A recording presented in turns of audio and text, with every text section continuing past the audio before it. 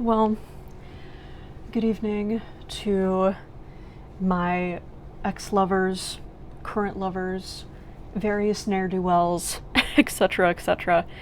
I just wrote this essay and I just want to make a video talking about it and kind of expanding on it. So what is happening over here is also happening right here, just so that I can read it and, just kind of get the brain cells cooking. You guys might also notice this is a different setup from what I normally do.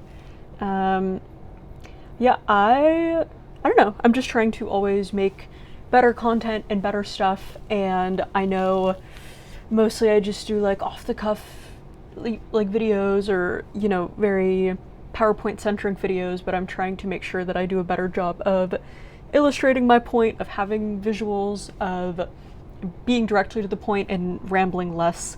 And I know I said that I would make a video about booms, engines being used to power AI data centers, but I lied because a new topic has come up that is more interesting to me, and I simply must chase my heart in this cruel, cruel world.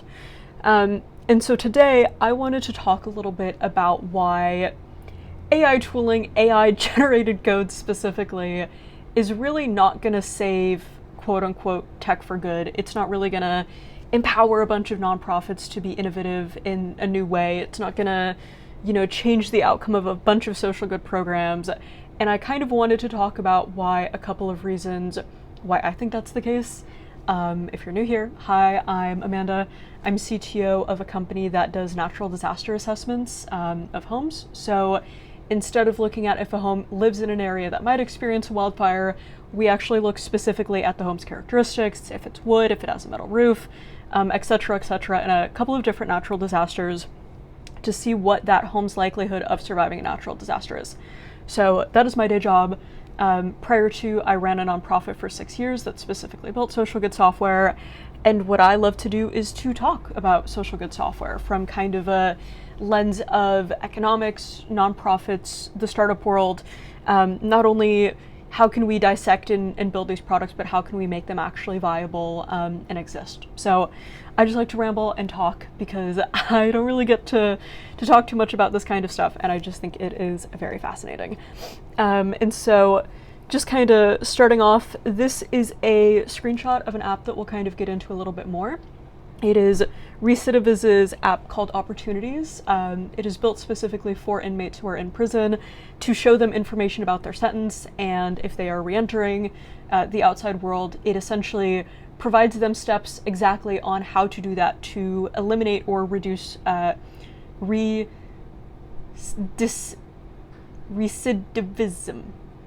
I'll put that in post. They're basically trying to make it so that when people get out of prison, they do not get back into prison because they don't have opportunities, which is a very common thing that happens in the United States. Next to that is my beautiful cat, Pumpkin Spice Latte, who will hopefully come join us and talk a little bit more, or meow at us at some point. But specifically, just kind of starting, I see a lot of stuff on LinkedIn.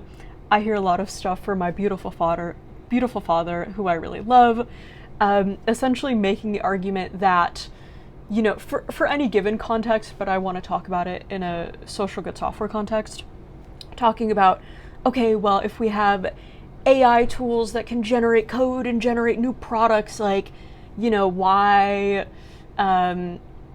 or not like why, but like, is there any limits on what we can do? Like, if we have something that can just write more code, or it can generate all these interfaces, like, why can't we build more software? Why can't we build more social good products? And why can't we see them go further in the world?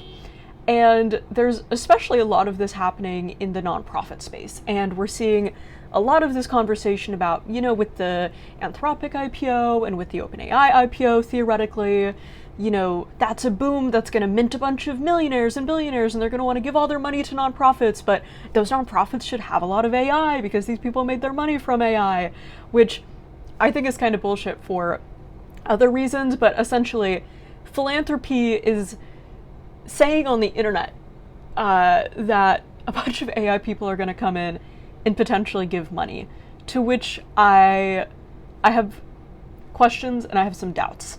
So that's the context, is like everybody in the social good space is like, okay, like let's use AI. And so just to clarify, when I say social good, it specifically is a category of a kind of product that is trying to do social good in the general public. Most of the examples I know of are based in the United States. I'm US based. This might not be applicable for other countries because each, social good sector looks entirely different depending on the culture of that country and its own needs. So this is a US specific take, certainly. But essentially, a big thing is like everybody's like, oh, if nonprofits just use AI, if we just build social good tools using AI, therefore we can do more good, more fast, more innovation, boom, boom, boom. We make money, Malala starts crying, like all this shit, right? And so my kind of thing is just like, and I see this even outside of like the social good context. I see this generally in the startup context, but I think it's especially heightened and concentrated in the social good context because the space of social good funding right now in 2026 is kind of a big clusterfuck, where there was a massive influx in funding to, general social justice programs starting in 2016. There was a lot of pushback from the Trump administration, and then COVID happened, and some funding sources dried up, but others readily deployed. But what we're seeing right now in the funding landscape, specifically in nonprofits, and I'll touch on for-profits in a second, is that a lot of the funding is drying up. The corporate sponsorships are drying up, which is when a company sponsors a nonprofit. The individual donors stop giving, which is when, an average person like you or me gives like Doctors Without Borders $5. And also there's foundations, which are nonprofits in their own right who have money that they give out specifically for specific causes or to focus on a specific issue. There's also other flavors of this, like there's end-of-life gifts, essentially, where if an elderly person is about to, I don't have a better word for this. If an elderly person is going to die, they can create an end-of-life gift to a nonprofit and essentially give, their inheritance to Doctors Without Borders instead of to their shit kid, Jack, or whatever his name is, right? So all in all, there's a lot of nonprofits being shut down in general right now.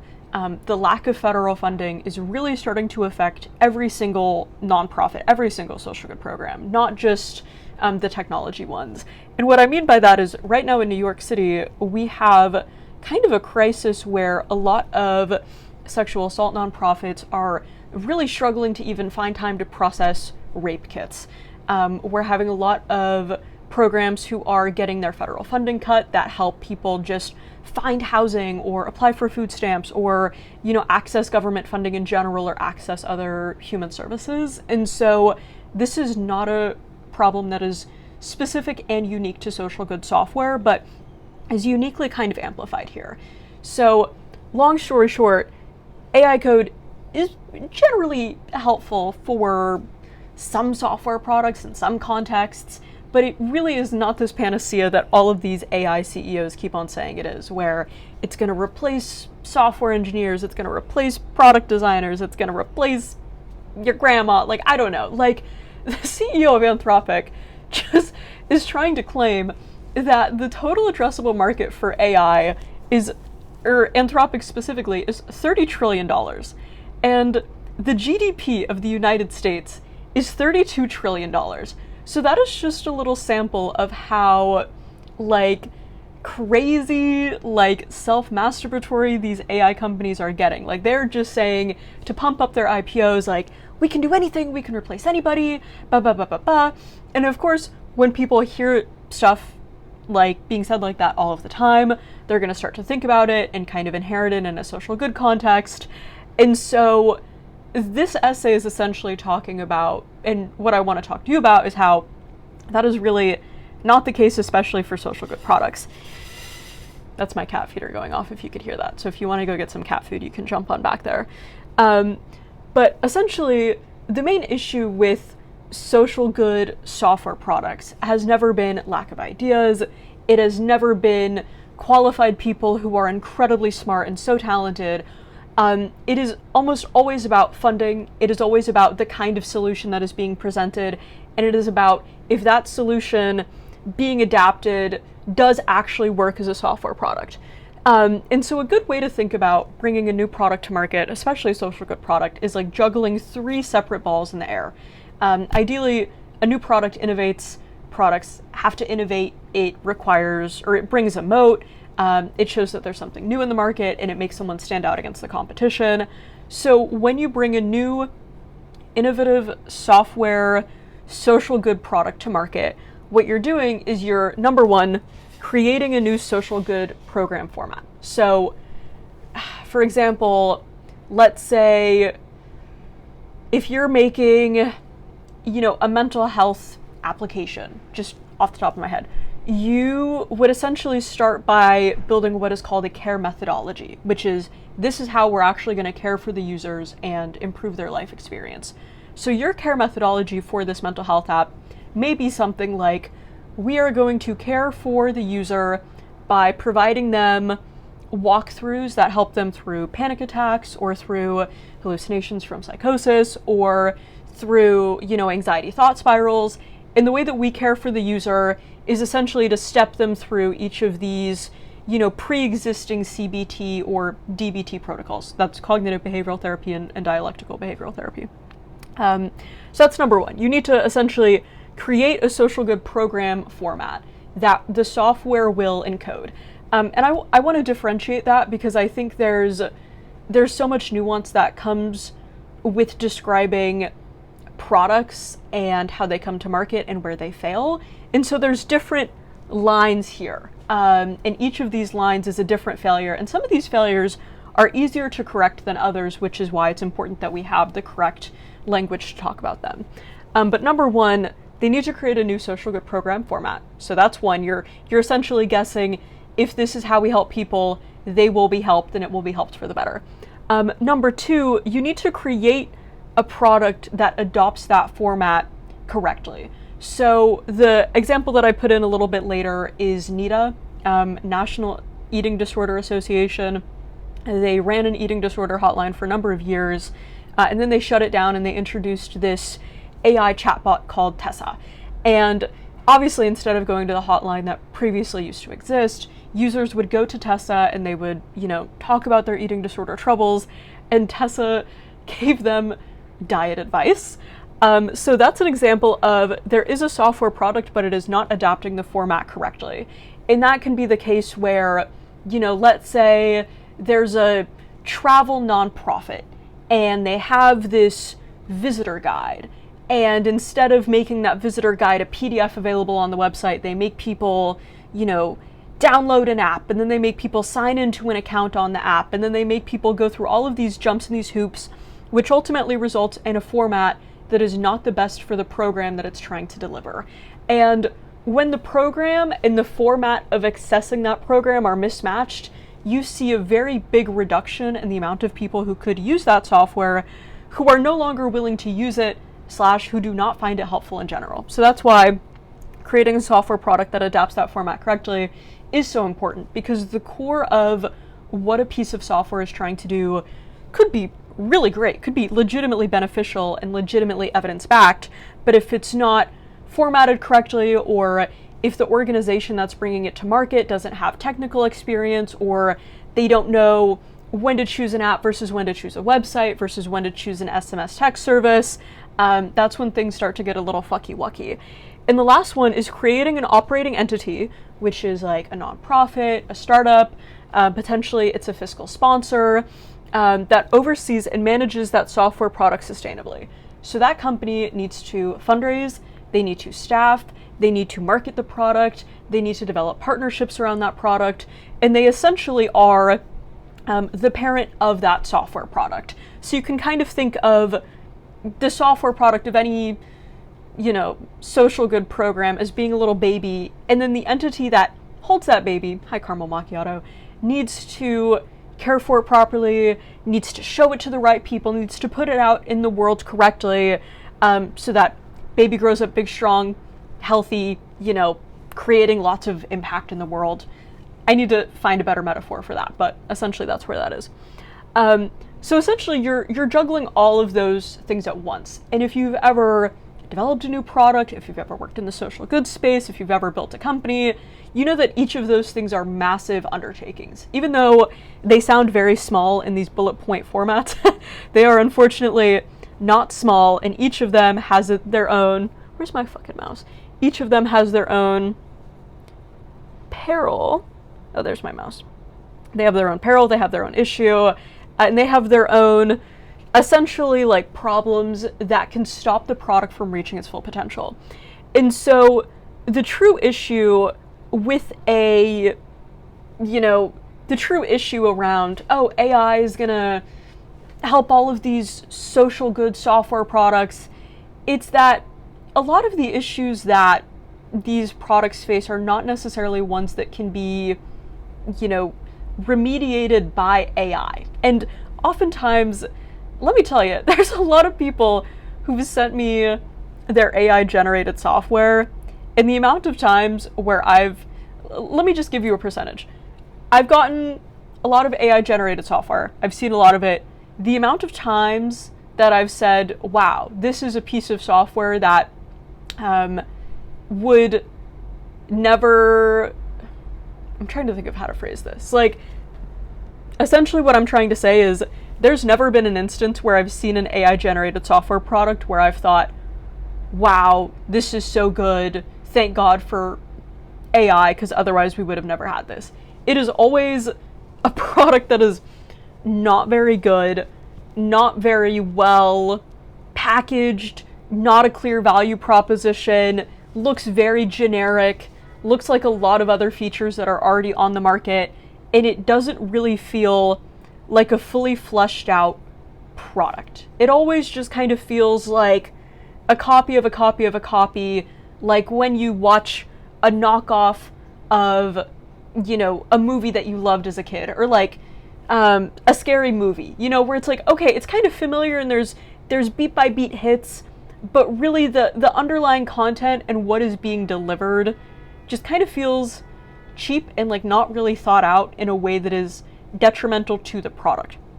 Okay, so taking a step back, a lot of these issues come from, number one, the social good program format not operating as intended.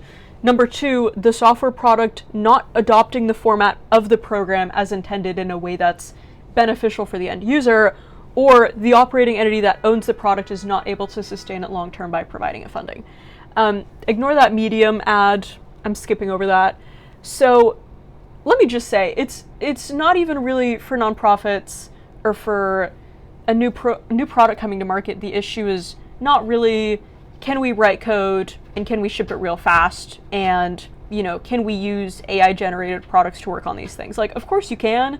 It is really mostly that they're missing the core knowledge that an AI cannot really give them about how to make these things fit into the world, about how to make a good social good program, about how to make a good product, and about how to keep it resourced and funded. And of course it can do a lot of legwork in training people to get that knowledge, but it can't replace that knowledge directly.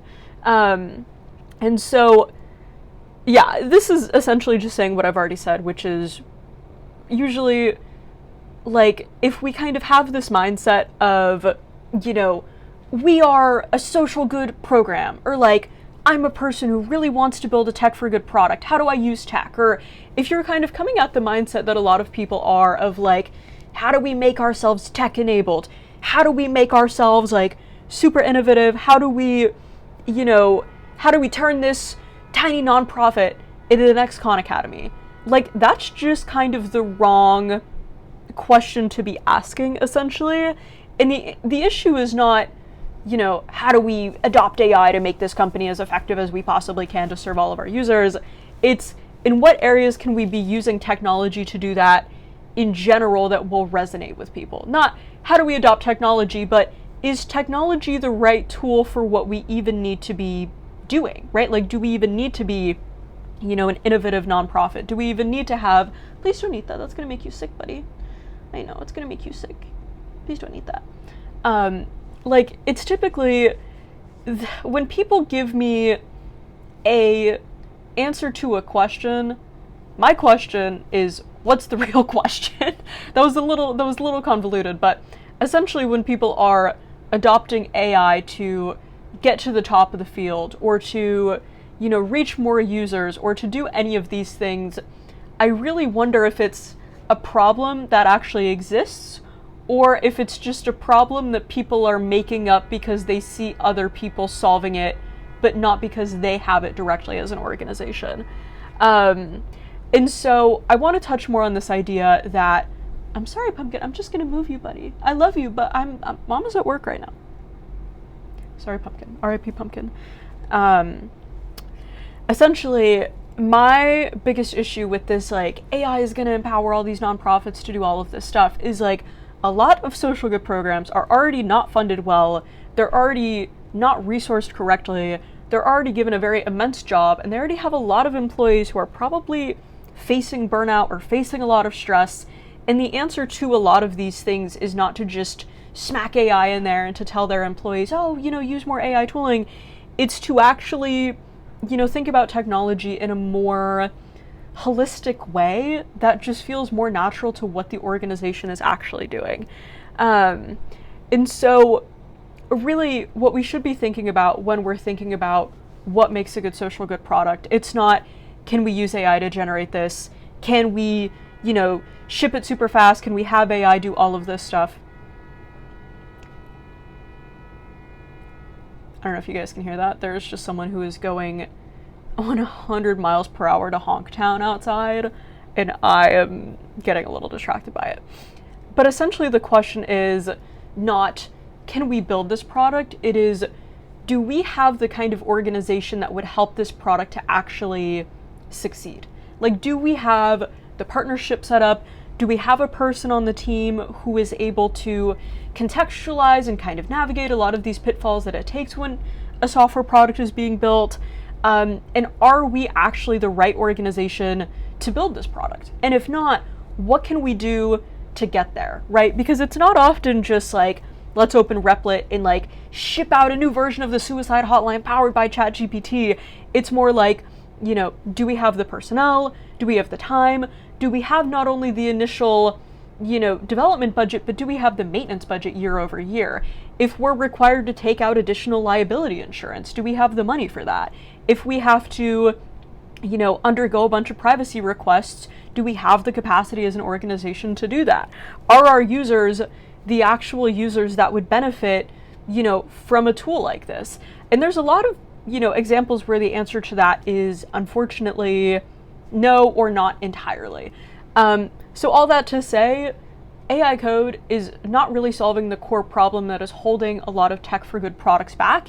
It is just that a lot of organizations that create these tech for good products don't really give it the environment that it needs to succeed, / the greater funding environment around social good products, even outside of that own little organization, can be really tough to navigate. It is very hard to either A, get VC funding, or B, get foundations and get private donors to actually fund a software product. That's why Wikipedia asks for money all the time. That's why there's a bunch of effing, Medium ads. It is just hard to,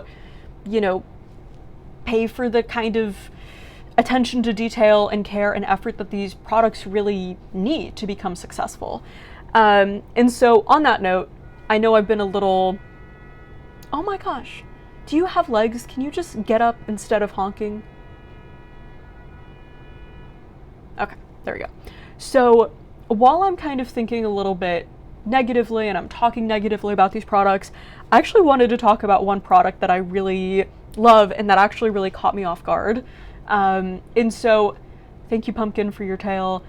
I keep a lot of eyes on the tech for good space. I follow a lot of nonprofits. I'm in and around on LinkedIn. I'm following these Google ads.